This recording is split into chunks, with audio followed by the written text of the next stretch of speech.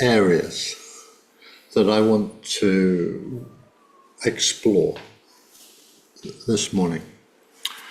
And one is knowing yourself, and the other one is going beyond self, or as I like to put it, unselfing. I just came up with it on the bus. But I quite like it. But they go together. So I'm going to start with just asking, this is being recorded now? Thank you. So start with the whole area of how meditation, mindfulness, and Buddhist practice helps you learn about yourself, how you are, what you're like. And one of the reasons why I think that this needs to be said and is important is some people just think, oh, Dharma practice or meditation is to get into high meditations or to get into nirvana, to get into blissful states. And there is the potential there for override. You override what's happening and you're just going for the bliss, as it were. Not that bliss is a bad thing, but that goes back to working from where you are. So disassociation from how you are or overriding yourself can be excused by, oh, well, I'm aiming for enlightenment or I'm aiming for higher meditative states. And it can really get in the way, actually, as an attitude, because it means inevitably that your difficulties and your tendencies, your unhelpful tendencies, keep bubbling up and bring you down, as it were, or bring you down to earth. So that's why the theme of knowing yourself is practically very important from a practical point of view.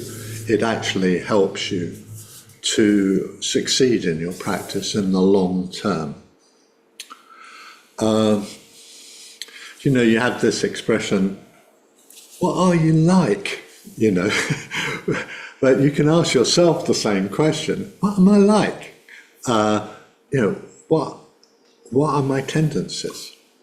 What are my go-to reactions and responses when I see or hear or I'm in certain situations? Do I give up? Do I fight? Do I try and placate? What am I like? And you start to get a knowledge of how you are in different areas of yourself, your emotions.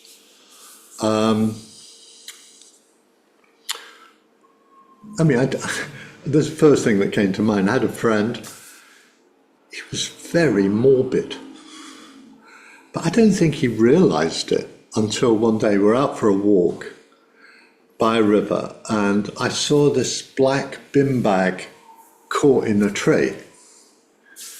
And I said, oh, look at that. And he said, oh, I think it's a body. I said, no, that's a bit morbid. And he went, oh yeah, I suppose it is. He just sort of went straight to the morbid. So it actually, communication and friendship in that sort of context is quite useful. Someone's saying, well, it's a bit like that, isn't it? And you go, oh, yes. I think that part of the process of the attitude of knowing or getting to know yourself through mindfulness and meditation is that you can take responsibility for yourself and go, well, actually, I am like this and I can do something about it. It's not fixed. You can't just say, well, I am what I am and, I can never change, because that's not true. It's just not true. You can change. And, you can see it in yourself or notice it in yourself or feel it in yourself, that you can really overcome certain really unhelpful and perhaps negative tendencies and really change. And you can also see it in others.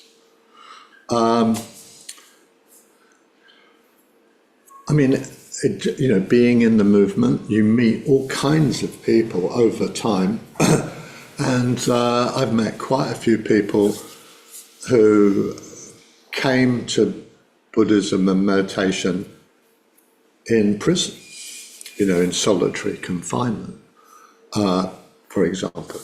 One of them saw a monk walking down and just was very struck by, the demeanour and the calmness, and that person asked to see the warden.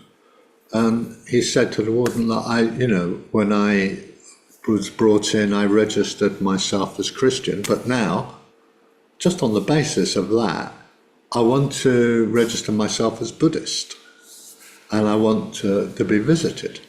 And, he became a very serious practitioner and turned everything around. He grew up in a criminal family and basically just turned it all around. One meets people, and you can see this process of turning things around happen. Sometimes it's very dramatic, and sometimes less dramatic. But I suppose it's just acknowledging that is true. You can turn things around. Things can change. And you can really seem in many ways like being that you've changed in many ways. Now, that needs to be put together with, there might be characteristics that people would recognise from when you were 5. I think that's true with me. Someone saw a picture of me the other day when I was 7, and they said, "Oh, you haven't changed at all." Thanks very much. I was happy, in the picture.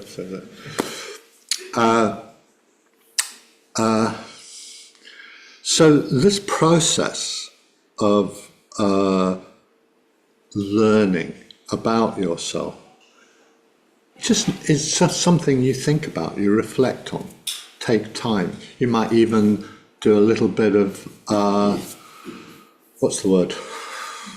freestyle writing, where you just sit down with a notepad and a pen and write, "What I'm like is," and then just keep writing, but don't think about it. Just let things emerge. Stream of consciousness writing is what it's called. And then read it, and then afterwards, after you've read it, say, "Well, did I miss anything?" I missed that one. So you write it down and you read it, and you just sort of absorb it. You sort of take it in, and doing that periodically over time shows you patterns, your patterns, and things you start to notice, because you're not the same all the time. Certain characteristics emerge and they fade away, but they're there perhaps in the background.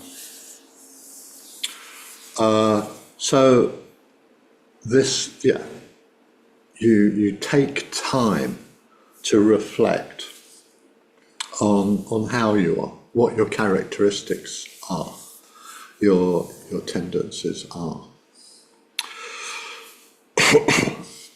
Now, I'm not going to go into this in any detail, but I think it's also worth just asking yourself, after meditation particularly, do I have any unconscious biases? The usual ones are racial, gender, or status. Do I have a cutting off or a closing off or being against any category of person in any of those categories? And just after meditation or on retreat, your mind will go, well, yes, or no, actually, no. And when you ask that question of yourself, do I have any biases or prejudices? Part of the trick and the art is to stay in connection with what is called the felt sense, which is the whole front of the body, particularly in the body. So you ask the question and then you're just aware in your body, and if anything occurs, you check it back with your body. And this it goes quite deep. It's like the body or the felt sense or the body's sense of what's happening is like a portal into the mind, to deeper into the mind. So you can, as it were, start to notice things which are more unconscious, or not so obvious, let's say, in yourself. So this is part of knowing yourself. You might know the obvious things, but what about the not so obvious things? It gets really interesting. At a certain point, you have to be quite brave and quite courageous, and go, well, what am I like, actually, in this area? So just before I move on to, very briefly, the next area, I just want to touch on, in terms of meditation, being aware of yourself in terms of what's your attitude. Do you feel that you have to do everything, or can you let things just happen as well? Can you let things bubble up as well? Because you need both. But you might have a tendency one way, doing too much, or just letting things go and not doing anything. So you kind of bring them together on the basis of your awareness of your tendency. I've got to do, or it'll be all right, I'll just let it happen. Laid back, laissez-faire type. Okay, so I just wanted to mention that. So, in terms of what I'm calling unselfing, I think that what happens when you get to know yourself is that you become less rigid and less fixed and less brittle in how you are. There's a softness, an openness that happens. So your sense or identity of yourself is changing, and that changing is unselfing in a way. You're becoming more kind, more appreciative of others. That is letting go of the more self-oriented, self-centered way of relating to others and the world. So just practicing metta, actually, and kindness and appreciation of others is already opening up and loosening your adherence to what you want and how you think things should be, how others should be. And in that way, the sense of yourself is just becoming more expansive, taking in, it's more receptive, more open.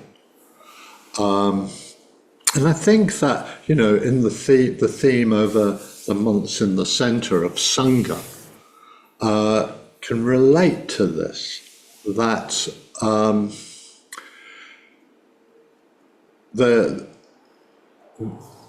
we come very often to the center initially with all kinds of attitudes that we've picked up from our background.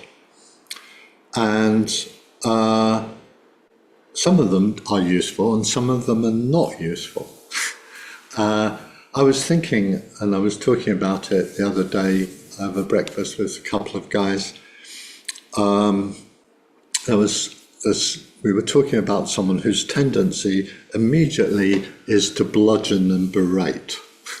You should do this, rather than encouragement. This whole thing is a really good thing. It would be really good to explore that. So encouragement rather than this sort of forceful telling people with the attitude that they're actually doing it wrong.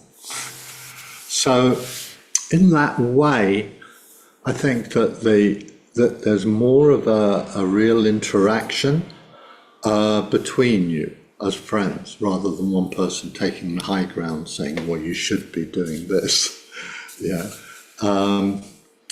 We're both in it together. Let's explore this. And that loosens this sort of very strong sense of, well, I think you should be doing this and I should be doing that, and a fixity.